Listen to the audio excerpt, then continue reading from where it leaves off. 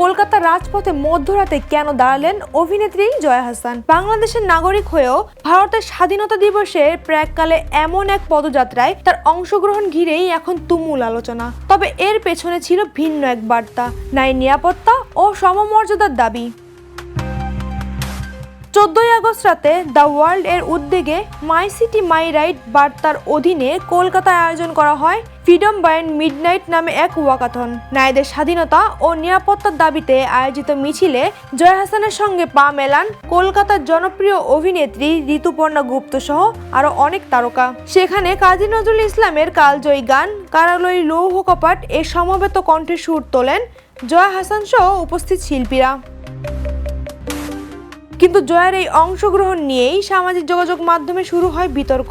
বাংলাদেশের একজন শিল্পী হয়ে ভারতের স্বাধীনতা দিবসের প্রাক্কালে আয়োজিত এমন কর্মসূচিতে অংশগ্রহণ নেওয়া নিয়ে প্রশ্ন তোলেন অনেক নেটিজেন। অভিনেত্রী শ্রীলেখা মিত্র সহ কয়েকজন জয়ের উপস্থিতি নিয়ে তীব্র মন্তব্য ও সমালোচনাও করেন।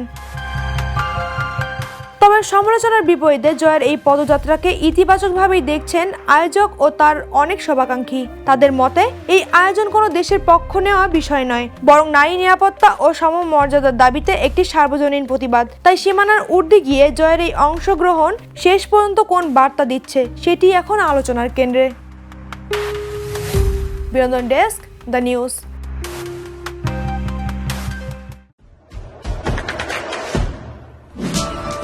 দেশে দেশে সবার সাথে দ্য নিউজ।